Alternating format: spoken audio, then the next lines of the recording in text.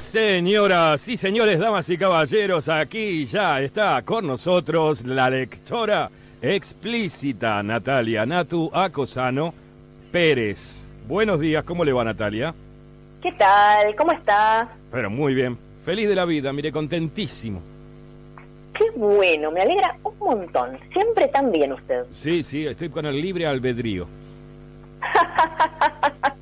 Me parece muy bien que está haciendo uso de su libertad de elección entre salvarse o perderse, porque es de lo que veníamos a hablar hoy. Mientras no me tiren del cielo, yo estoy acá. Claro, sí, del éter, ¿no? O no, o la radio está en el cielo, auténticamente ya ascendió, se encuentra ahí entre las almas que se salvaron. Sí, nosotros ya viajamos a través de una nave de fibra óptica. Ah, ok, bueno, habría que ver entonces. Sí, por un universo de megabytes y todas esas cosas, ¿no? Como el Capitán Beto, ¿no? Claro. Claro, Ahí. quizás se lo encuentran por ahí. Sí, señora. ¿Qué dice? ¿Qué cuenta? ¿Todo bien?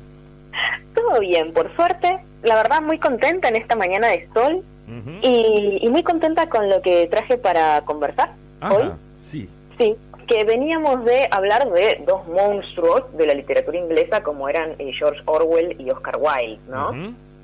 Y nada, y traje entonces, para salir un poco de estos grandes clásicos, ¿no?, de la literatura, algo un poco más disruptivo, un poco más fresco, un poco más nuevo, y voy a hablar de un cómic. Bien. ¿Cuál de tantos delios? Voy a hablar de un cómic que se llama Lucifer, ¿sí? ¿Por qué? La semana pasada prometí que este episodio iba a hablar de los pactos fáusticos, ¿no? De estos pactos que hacen los artistas con distintas fuerzas, entre ellas el diablo, para lograr ciertos objetivos, como Dorian Gray, que bueno, es a lo que venía el tema, que hace este pacto para que envejezca su pintura y no él, y él preservarse siempre joven y hermoso. Por supuesto.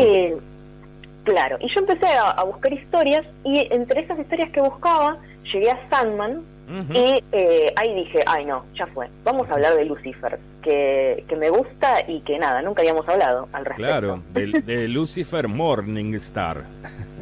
Exactamente, o como aparece en la traducción al español de la historieta, el lucero del alba. Claro, porque en serio, porque, a ver, Lucifer creo que es el portador de la luz. Claro. La deriva de ahí, ¿no? La palabra Lucifer, que supuestamente era el ángel favorito hasta que se reveló. Era el primero de los ángeles, sí, y es el que se revela en contra de su padre. Es una historia que, bueno, por supuesto proviene de la mitología cristiana, ¿sí? A mí me gusta ese término que lo tomo de Borges. Borges hablaba de la mitología cristiana. Y a mí me parece que sí, que es correcto. Sí, por supuesto. Es maravillosa. Sí, pero aparte, además perdón, no, Lucifer se revela ante lo que él cree que es la tiranía de su padre. Claro. Lo que habla muy bien de Lucifer. Porque, bueno, yo no soy una gran lectora del Viejo Testamento, o sea, esto tengo que admitirlo, pero como se presenta la historia, o sea, Dios Todopoderoso, Omnipotente y Omnipresente no da como muchas libertades en su régimen. No llama a elecciones cada 4 años. No, y de hecho el Dios del Antiguo Testamento no es el Dios del amor y la bondad y la misericordia del Nuevo Testamento, es un Dios mucho más próximo digamos, a la crueldad y a la omnipotencia, digamos, a la prepotencia, esa palabra la prepotencia, mucho más próximo a los dioses antiguos, ¿no? Es el famoso viejo cabrón. Tal cual. Bueno, como todos los viejos dioses, ¿no? Porque digamos que ninguno era demasiado amable a la hora de enojarse. No, y creo que, bueno, habla de la realidad en la que vivían estos pueblos tan antiguos, ¿no? Los pueblos de donde nos provienen las mitologías, que realmente veían estas fuerzas de la naturaleza como algo indiferente, cruel en muchos aspectos, no muy predispuesto a considerar o a escuchar razones humanas. No, para nada. Muy intolerantes. Sí, sí, y bueno, y tiene que ver con la realidad en la que vivían estas personas, ¿no? Nada, hay que remitirse a los dioses mitológicos. Claro, sin lugar a dudas. Sí, siempre me llamó la atención cómo, por ejemplo, para los griegos, el dios más terrible, digamos, el que les generaba como más terror, más miedo, era Poseidón, que era el dios del mar, ¿sí? Los griegos no eran muy buenos navegantes. Y de ahí, como... ahí entonces. Tal cual, sí, ellos iban por la cuenca del Mediterráneo, pero trataban de no perder nunca de vista la costa, o sea, iban por el bordecito, porque, bueno, no eran un pueblo de expertos navegantes, y el mar realmente les traía muchas desgracias. Claro. Era su medio de vida, porque eran comerciantes, pero iban de una polis a otra, digamos, pero nada, sí era algo a lo que le tenían mucho respeto. Y en la mitología nórdica, ¿sí?, los vikingos, que ahora están tan en boga con las series nuevas, eran excelentes navegantes, ¿sí? Tenían un dios del mar que era muy importante en el panteón, pero el dios al que tenían más respeto y más terror era la diosa del invierno. Sí, claro, es donde peor la pasaban. Claro, sí, ahí aparece como las realidades de vida de estos pueblos. Claro, pero ellos tenían los dioses antiguos, o los dioses de los griegos, de los vikingos, tenían un gabinete, tenían un dios para cada cosa, un semidios, tenían todo, digamos, un reparto de roles. Este otro se hizo cargo de todo él. ¿Cómo no va a tener mal carácter? El estrés, está sobrecargado. El estrés de ese muchacho. No sabe delegar. Claro, el estrés de ese muchacho debe ser tremendo. Claro. Y encima se le revela los empleados.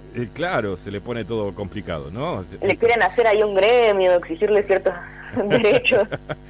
Claro, no, es tremendo. La verdad que la pasa mal el muchacho. Tremendo, la verdad que sí. Bueno, la historia esta del ángel caído, del ángel que se revela, aparece en un montón de textos a lo largo de, la historia de la literatura europea. Cabe mencionar los dos como más brillantes, que son el Paraíso Perdido de John Milton y la Divina Comedia de Dante, ¿no? Sí.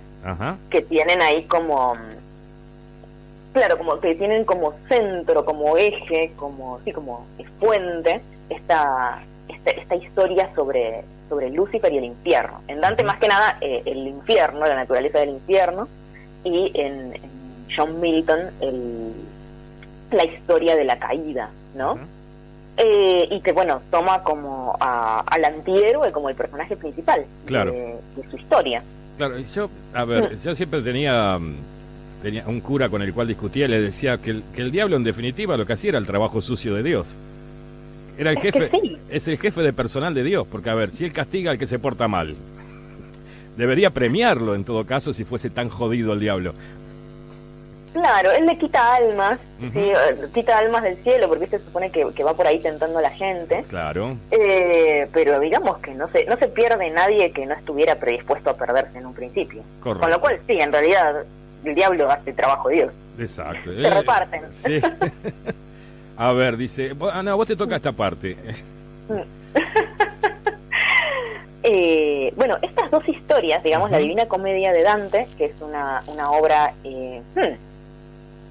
bajo medieval, o ahí como en el muy incipiente Renacimiento, es la última obra de la Edad Media, la primera del Renacimiento, está ahí como en ese borde. Sí, en un borde está, claro. Igual yo soy de la idea, cuando yo doy la Divina Comedia en clase, siempre le enseño como la última gran obra medieval, ¿sí?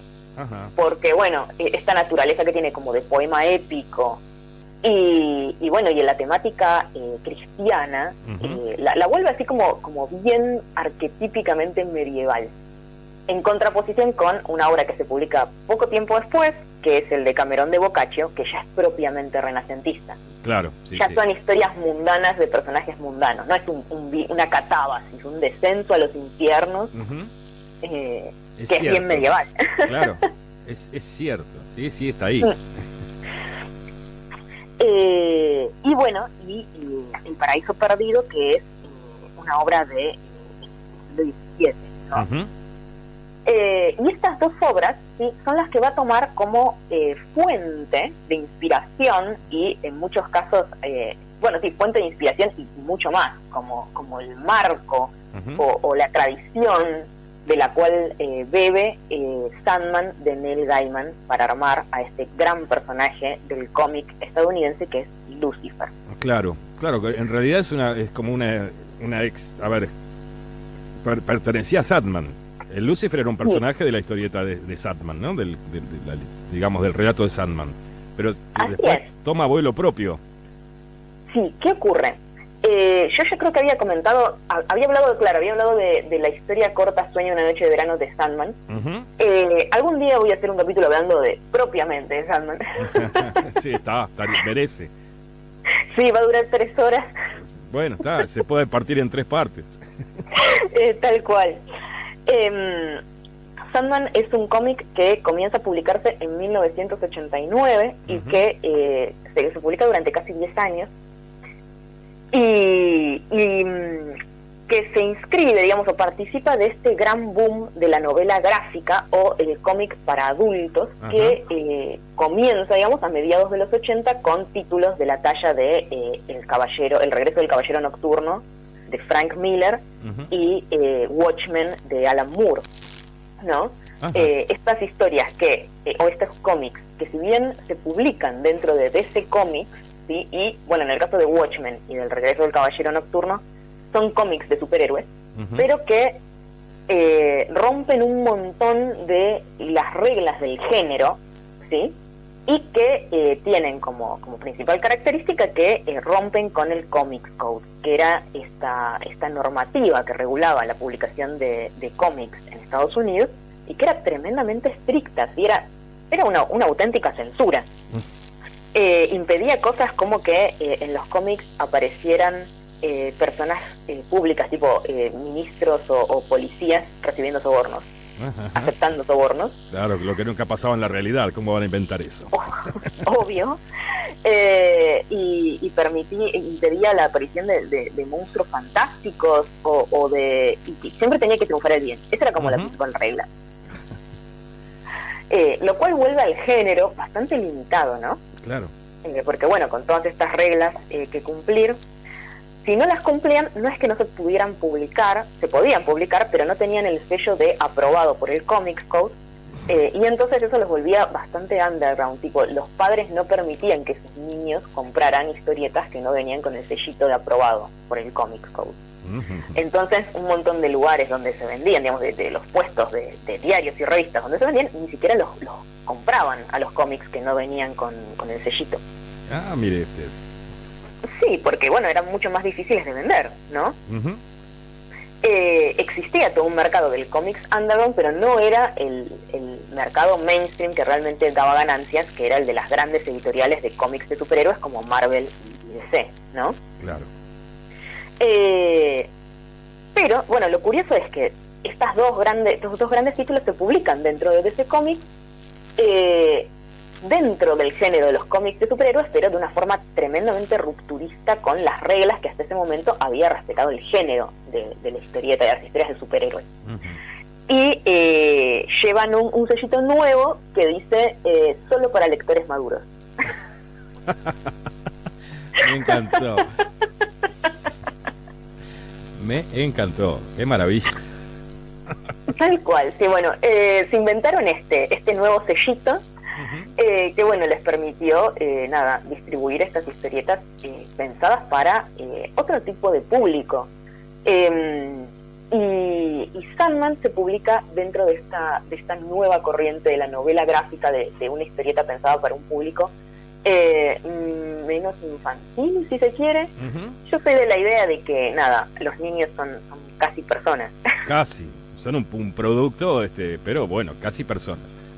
Sí, y que entonces ellos pueden decidir solos qué leer y qué no, digamos, no es que uno tiene que andar claro. censurándoles la literatura. Pero bueno, no era lo que se creía en esta época, ¿no? Estamos hablando de los oscuros años 80. Claro, sí, no, eran momentos difíciles para el mundo, tal vez. Sí, Sandman se publica en 1989, ¿no? Este momento bisagra de la caída del régimen soviético. Claro, ahí digamos, hay todo un mundo que también es otro traspaso, de un mundo de Guerra Fría, de supuestas dos potencias enfrentadas, a un mundo donde queda prevaleciendo una sola. Sí, y esto que para mí es incomprensible, porque yo nací en el 88, entonces no lo viví, pero que lo veo, parece un montón en Watchmen, ¿no? Este terror, esta idea de que el fin del mundo podía terminar el fin del mundo podía ocurrir en cualquier momento, en el momento en el que una de estas dos grandes potencias apretara el botoncito rojo y volara en pedazos a la otra. Claro, ¿no? Sí. Este contexto, ¿no? En el que todo el mundo vivía aterrado ante esta posibilidad de la hecatombe nuclear. Bueno, ahora también la vuelven a recrear un poquito. Sí.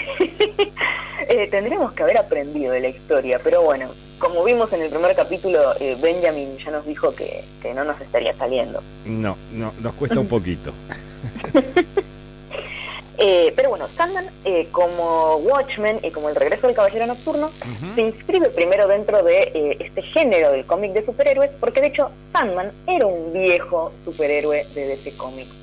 Era un detective que de los años, digamos, del periodo de posguerra, que resolvía algunos crímenes, ¿sí? Que llevaba una gabardina y esta máscara de gas de la Primera Guerra Mundial. Sí, señor. Porque usaba un gas para dormir, ¿no? De ahí Sandman. Claro. Neil Gaiman, que es este autor inglés, que en este momento era joven y desconocido, no había publicado cosas muy chiquititas y que no habían salido de un público inglés muy específico. No es que era un autor reconocido ni siquiera en Inglaterra. No. Pero bueno, le ofrecen Karen Berger, que es la gran madre de Vértigo, sí, este sello de historietas para adultos, le da la posibilidad de escribir una historia, ¿sí? Y dice que puede elegir cualquiera de los superhéroes de DC Comics, siempre que no sea de los importantes. O sea, no puede elegir Batman o Superman. Claro. Pero, claro. Eso ya tienen crédito, dijo. Tal cual. Pero de los más chiquitos podía elegir el que quisiera y reinventarlo como él quisiera. Digamos, de los superhéroes que ya estaban como caídos en desgracia. Claro, sí, aquellos que habían terminado bajo la sombra precisamente del oscuro Batman. Sí, él primero elige este personaje Orquídea Negra y escribe una historia corta, autoconclusiva, con el gran dibujante Dave McKean, otro inglés. Y es un gran éxito, Orquídea Negra. Lo recomiendo un montón. Es bien cortito porque es un tomo autoconclusivo y le va muy bien. Entonces le dan la oportunidad de hacerlo de nuevo y él elige a Sandman y lo recrea, pero completamente. Ya no es más un detective nada que ver. Sandman pasa a ser el rey de los sueños. Es una entidad que se llaman los Eternos, que son unas entidades que gobiernan el orden del universo, básicamente. Sueño, que es el protagonista, Sandman, es el amo como la dimensión o el plano o el reino de los sueños de todas las criaturas del universo que sueñan. Tener este personaje como protagonista le da a Gaiman la posibilidad de explorar un montón de historias, o sea, de contar prácticamente cualquier historia, porque ¿qué historia no viene de los sueños? Claro, porque en realidad las historias de cada uno de los capítulos se transcurre en el mundo de la vigilia, ¿no? Entre el sueño y el despertar. Sí, va yendo y viniendo. Hay algunas historias que están como más enfocadas en cómo funciona el reino de los sueños. Y hay otras en las que van y vienen, ¿sí? Ocurren como en este traspaso entre uno y otro. Hay otras que pasan directamente en el mundo de la vigilia, en el que Sueño tiene que intervenir por alguna razón. Muchas historias de Sandman además, ya dije, es un cómic que se publica durante un montón de tiempo, tiene un montón de historias más cortitas y autoconclusivas y de arcos argumentales más grandes. Algunas de estas historias, la participación de Sueño es mínima, pasa a ser como un personaje secundario o terciario.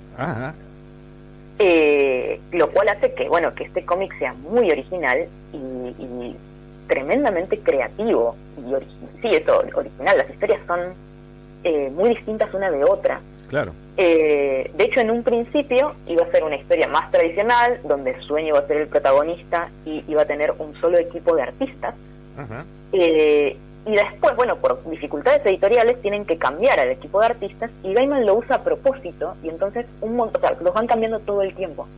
Entonces, no solo las historias son completamente distintas entre sí, sino todo el arte. Va eligiendo al artista o al artista que le ponen, él va escribiendo la historia que mejor se adapta como a su estilo.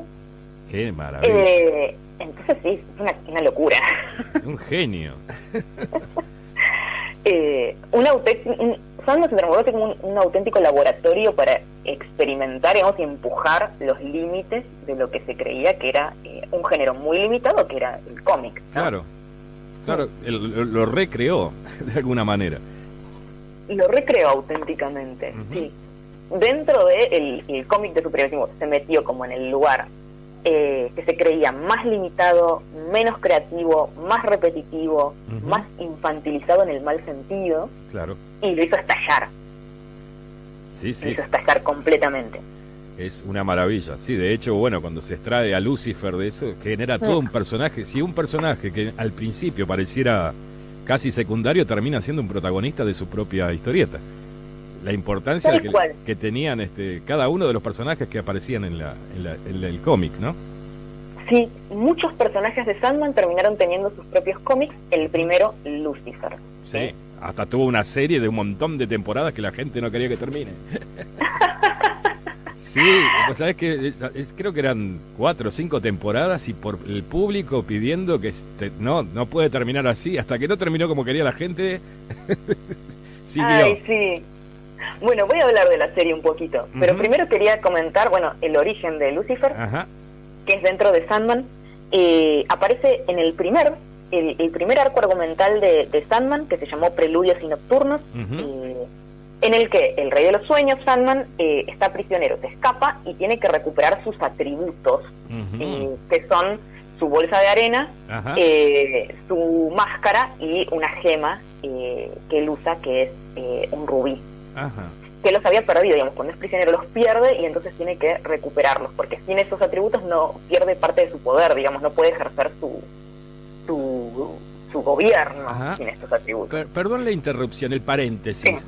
Sandman, ahora me dice, claro, arena, el arenero, ¿no es una especie de duende de la mitología celta que también le tiraba los ojos de los durmientes? Claro. No sé. Mire usted. No sé si es celta, puede ser que sea celta, ahora la verdad no lo sé, pero sí que es un personaje tipo el Ratón Pérez, o Papá Noel. Sí. No sé su origen mitológico, posiblemente sea celta, ni hablar. Pero sí es algo en lo que creen los niños del hemisferio norte, que cuando se duermen, viste que uno se despierta y tenés los ojos con lagañas. Claro. Y que esa es la arena de Sandman, que vino y para que te duermas te tiró arena en los ojos. Qué tul. Sí, de ahí viene. Mira, así sí, yo me sonaba, cuando el arenero, alguna vez he leído algo de un duende, que era el duende de los sueños. Tal cual, sí. Bueno, de ahí viene su nombre, ¿no? Qué bueno. Bueno, perdón, discúlpeme. No pasa nada. Bueno. Uno de estos atributos es el yelmo, que está inspirado en la máscara de gas que usaba el primer Sandman, el detective. ¿Y dónde está? ¿Sí? ¿Quién se lo robó? ¿Quién lo tiene? Un demonio en el infierno. Entonces es la primera vez que Sandman tiene que entrar en el infierno y negociar con Lucifer que le devuelvan su yelmo. Uno ya sabe, digamos, al final del capítulo anterior ya sabe que Sandman va a tener que ir al infierno, entonces estás como esperando a ver cómo va a ser y cómo va a ser Lucifer, y yo por lo menos me estaba esperando que apareciera la típica imagen de el diablo con patas de cabra y cuernos. El de la mitología cristiana, digo. Tal cual. ¿Y cuál no es mi sorpresa cuando aparece Lucifer y es un ángel hermoso, rubio de rulitos, con un pañalcito tipo Miguel Ángel? Lo único que tiene de distinto es que en vez de tener las alas con plumas blancas, tiene alas de murciélago, digamos. Sí. pero después es un ángel, y es como, claro, si él era un ángel. Claro, y aparte era el más hermoso de los ángeles. Tal cual. Y además el dibujo es maravilloso, entonces o sea, las líneas son súper delicadas y Lucifer es así como, o sea, un querubín sacado de un Rafael, digamos. Claro. Sí, de hecho tiene que ser muy seductor el diablo, porque es el que genera la tentación, ¿no? Sí, y es sumamente carismático, o sea, a Sandman no le resulta fácil recuperar su yelmo, porque no porque tenga que pelear físicamente, sino porque Lucifer no te da nada gratis. No. y negociar con el diablo, uno siempre sale perdiendo. Sí, sin lugar a dudas.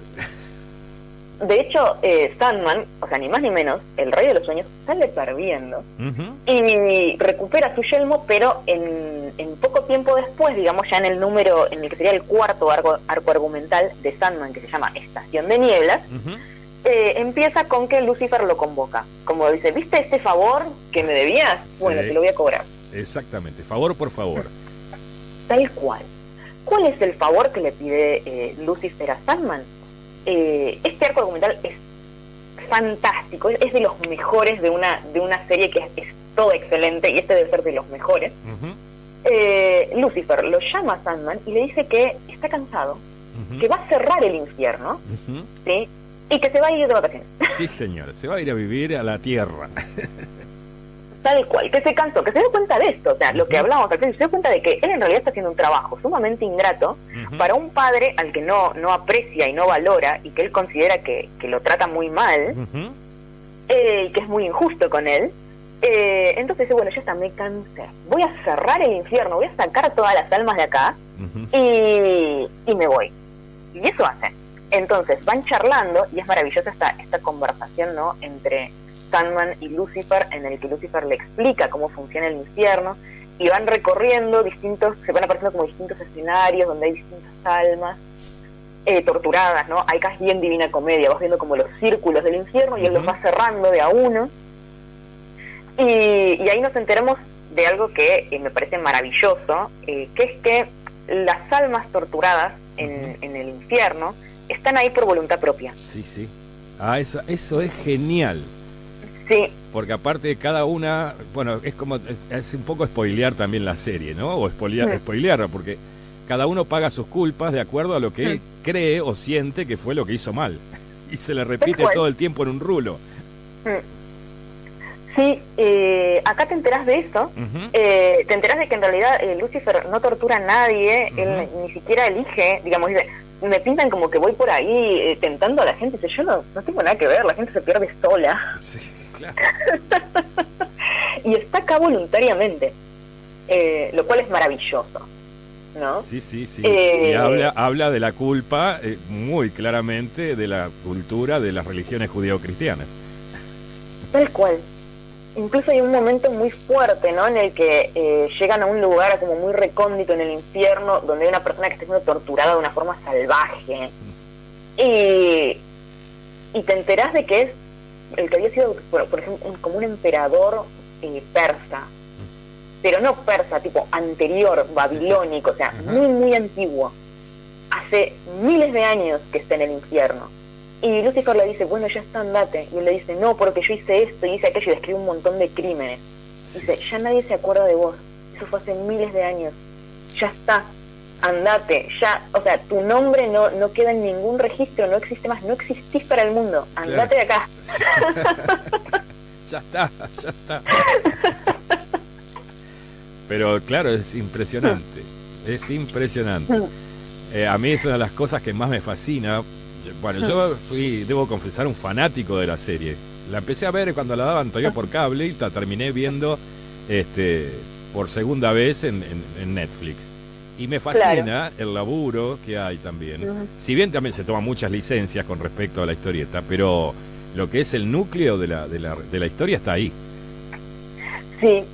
Bueno, porque lo que pasa al final del país de Estación de Nieblas, que es el título de este arco argumental, es que, bueno, Lucifer cierra todo y le deja la llave a Sandman, que esa es la trampa, ¿no? Le dice, bueno, ya está, el infierno es tuyo, vos hacete cargo. Sí, y por supuesto que eso no es un regalo. No.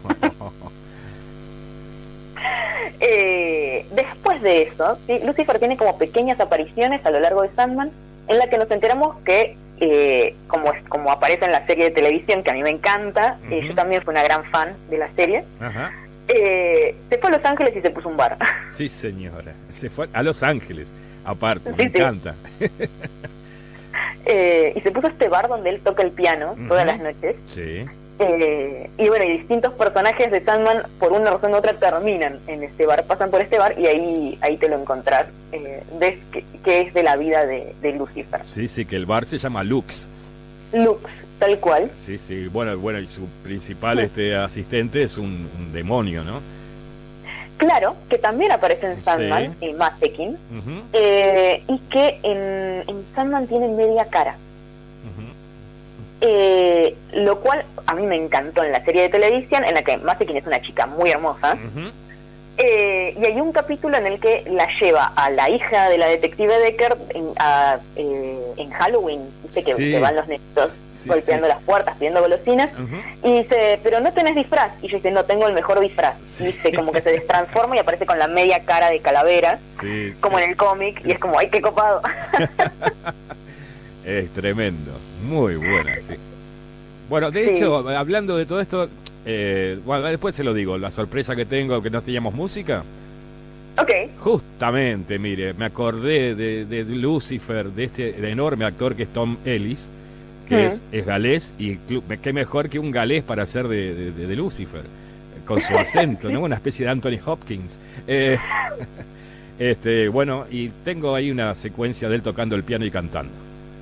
Buenísimo. Bueno, en Sandman no aparece más Lucifer, pero Gaiman dice que, a diferencia de otros personajes de la serie, él siempre lo vio a Lucifer como un protagonista. Por eso cuando le proponen hacer una serie del personaje, por supuesto que da permiso, pero no es el propio Gaiman quien toma esta posta, sino el gran guionista Mike Carey, ¿no? Que sí, en 1999, 10 años después de la primera aparición de Lucifer en el cómic, empieza, primero hace como una prueba, como un piloto, un arco argumental cortito de 3 números, en el que recupera al personaje de Lucifer con el artista Scott Hampton. Este primer arco argumental, sí, que se llama Sandman presenta Lucifer. Claro. Es maravilloso. El arte es muy hermoso y va, como en Sandman, ¿no? Va muy en consonancia con la historia. Los que me están escuchando lo pueden googlear. Los dibujos son como fotografías dibujadas arriba. Un trabajo con acuarelas, o sea, el arte es muy hermoso. Y la historia, como estos primeros números de Sandman, es muy oscura. Después de este primer arco argumental de solo 3 números, ¿sí? Que como le va muy bien, DC, y en este caso Vértigo, ya Lucifer se empieza a publicar directamente dentro de Vértigo, que es este sello editorial, esta rama de DC que publica estas historietas con otra temática más próxima a la literatura. Ya hacen una serie muy larga, ¿sí? Que va del 2000 al 2006, de 75 números, en la que, como ocurrió con Sandman, sin querer, en principio por dificultades entre el equipo de artistas, va cambiando de artistas. En un principio trabajan Chris Weston y James Hodgkins, y después Peter Gross y Dean Ormston. Entonces tiene como estos dos parejitas de artista, dibujante y entintador a lo largo de los números, que recuperan, y esto me parece que va muy en consonancia con la idea de Sandman, que va recuperando un montón de historias tomadas de un montón de culturas distintas. La saga de Lucifer, esta primer saga de Lucifer, ahora hay una nueva, no la leí todavía, que se empezó a salir hace poco, pero parece que nada que ver. Recupera un montón de personajes y un montón de elementos de la mitología cristiana, pero también, por ejemplo, del budismo. No se privó de nada. Sí. Claro, y de otras mitologías. Y entonces hace este mismo juego que a mí me parece maravilloso de poner en un mismo, como en un mismo real, me sale, como en una misma dimensión, en un mismo plano, las distintas religiones y las distintas creencias de las personas y mostrar cómo interactúan, cómo estos dioses que creamos, digamos, quedan sueltos en el mundo y tienen sus propias agendas. y bueno, y cómo inclusive en la actualidad, donde ya no son tan fuertes, se siguen desenvolviendo sus influencias, ¿no? Claro. Y en este arco, en esta gran historia, Lucifer aparece como un gran Maquiavelo que dispone de todos estos otros personajes en una especie de tablero de ajedrez para lograr sus objetivos, que no vamos a decir cuáles son, lo van a tener que leer. Pero bueno, aparece este Lucifer post-infierno, operando en el mundo, y nada, inmovilizando todos estos personajes de otras mitologías, de la mitología cristiana, otros ángeles, por ejemplo, y de otras mitologías, y es increíblemente fascinante. Qué bueno, qué grande. Bueno, por lo menos a quienes les gustan las recreaciones de las viejas historias, como a mí, ¿no? Claro, no, pues es maravilloso, es maravilloso. A mí me fascina, qué sé yo, será. ¿Habré salido a usted? Sí, ¿no? ¿Habrá algún vínculo entre nosotros? Sí, debe ser. Alguna biblioteca en común. Puede ser. Bueno. En todo caso, bueno, es esto, ¿no? Y es lo que a mí me resulta más interesante, cómo los personajes y las historias que se vienen contando desde hace miles de años todavía son vigentes en un contexto contemporáneo. Se las puede recrear, se las puede contar de nuevo y siguen siendo vigentes. Sí, sin lugar a dudas. Sí, de hecho todo se ha recreado a lo largo de la historia. Si uno mira un montón de novelas, cuentos, es como que siempre hay algo. Algo que se recreó y volvió a tomar vigencia, ¿no? Como si fuese de ayer. Tal cual. Y cómo este personaje tomado, digamos, del Antiguo Testamento, con toda esta tradición a cuestas, puede transformarse en un antihéroe encantador del mundo de los cómics. Sí. Y de las series de televisión, como bien dijimos. No, es que aparte es un personaje, yo creo que no, Lucifer es, dentro de la mitología cristiana, como decimos por acá, y como diría Don Borges, es un personaje que tiene 1.000.000 de caras para explotar. Porque, claro, ya de por sí es un alma que está torturada y está totalmente angustiada por lo que le han hecho y por lo que le toca hacer. Claro. Y eso ya genera un montón de perfiles que se pueden trabajar desde el psicológico hasta llevarlo a un guión. Tal cual. Bueno, la serie es de 2016. Tiene varias temporadas, que va del 2016 al 2021, terminó el año pasado, hace un poquito. Sí. Y una cosa que me gusta es que toma un montón de elementos del cómic. Bueno, esto de que Lucifer cierra el infierno, se va de vacaciones, no quiere saber nada con volver. Los ángeles que vienen a buscarlo, que eso también está en el cómic. El bar que toca el piano y canta. Sí. Y también van apareciendo como algunos guiños y algunas cositas del mundo de Sandman y del mundo del cómic de Lucifer en la serie. Pero en sí, el tono de la serie es completamente distinto. Claro. El cómic yo dije que era como con un montón de carga de la mitología y de la tradición, digamos, como toda esta carga, sí, de la tradición, y muy oscuro. Y la serie no, la serie es divertidísima. Sí, sí. Y los conflictos de Lucifer con su padre, digamos... Sí. Pero, su padre que es Dios. Claro, aparte la psicóloga, porque está el personaje de la psicoanalista, que tiene que lidiar con Lucifer y todos sus trastornos. Es tremendo.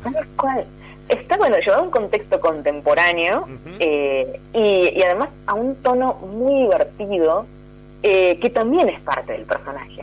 Digamos, las dos, el Lucifer melancólico y oscuro del cómic y este Lucifer jocoso y divertido de la serie, las dos son facetas posibles del mismo personaje.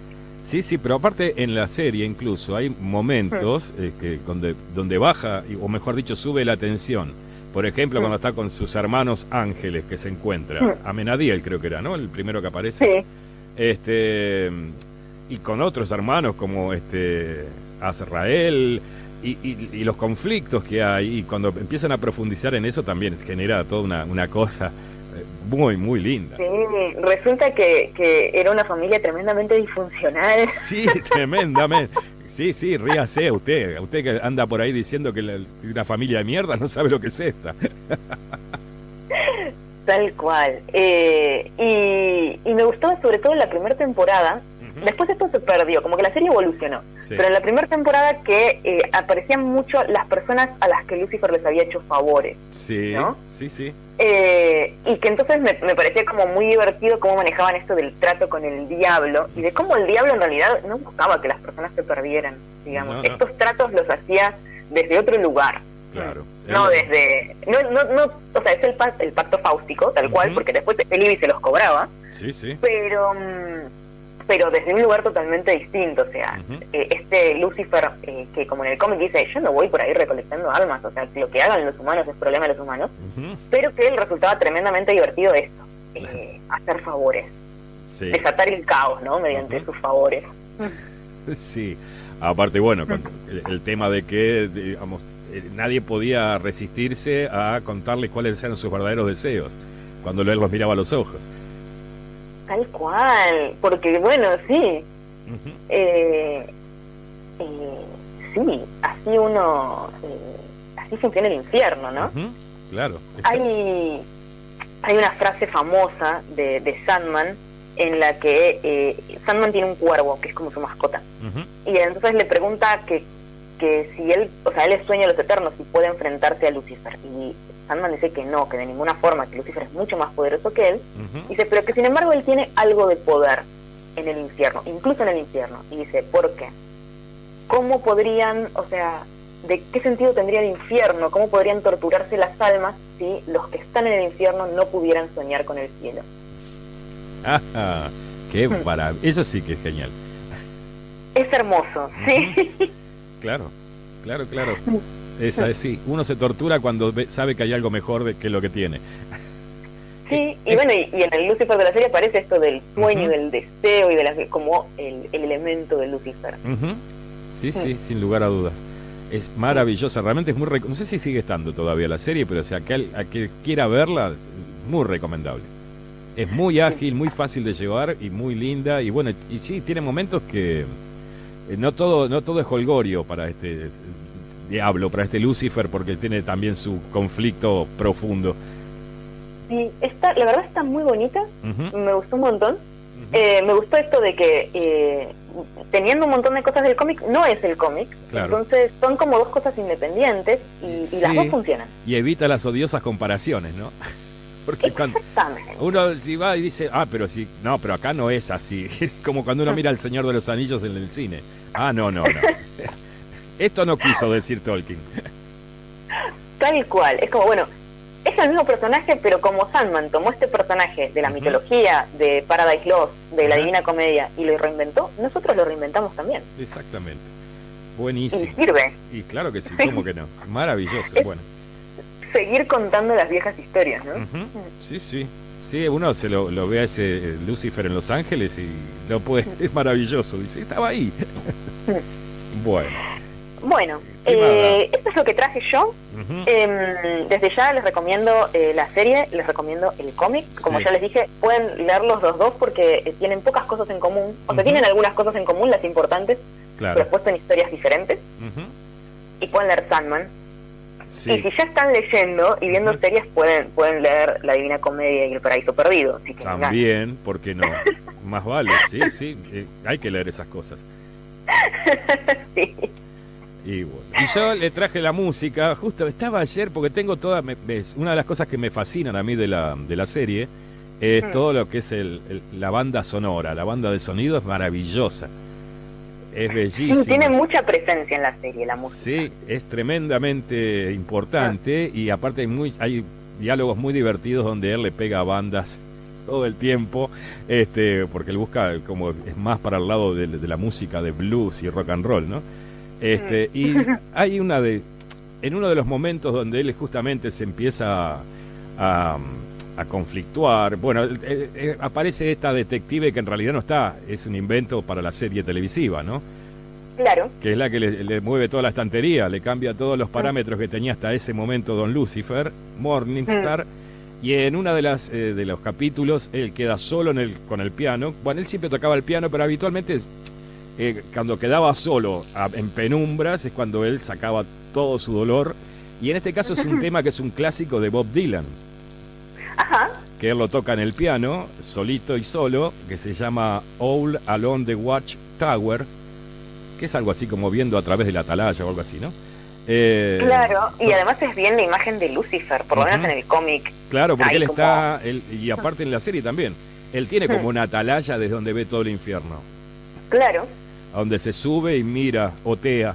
Bueno, y esta versión, la verdad que tiene una fuerza, que es impresionante, y por lo que he leído, yo decía, ¿será Tom Ellis el actor el que hace? Sí, es él. Lo que me... Qué genio. Sí. Es un hombre de teatro, ¿no? Del teatro académico. De hecho, abandonó la televisión después de Lucifer, dijo que no volvía más, que quería volver al teatro. Me parece muy bien. Igual lo admiro porque es un personaje, o sea, Lucifer de la serie es encantador. Toda la serie es él. No, yo ahora, el día que me muera y llegue al infierno, si no es Tom Ellis que me espera, me voy. Tal cual, no, yo acá no quiero estar. Yo quiero ese Lucifer, a mí no me vengas con otro. No quiero ningún rubio, este morocho me gusta a mí. Bueno, doña Natalia, un placer, un gustazo, maravilloso. Yo creo Igualmente, me encanta estar acá, ya lo saben, espero que lo hayan disfrutado. No, por favor, yo ya voy a tener que empezar a revisitar estas obras que hace rato que no veo. Bueno. Bueno, ya cumplí entonces mi objetivo del día, ya me puedo retirar tranquila a dormir la siesta. Ahí está, muy bien, aproveche. Así que nos vamos con el señor Tom Ellis, alias Lucifer Morningstar, en su piano, en el Lux, haciendo este clasicón del señor Robert Zimmerman, también conocido como Bob Dylan, hombre que descubrió a Dios de grande. Buenísimo, excelente. Chao, un beso grande. Chao. Y gracias.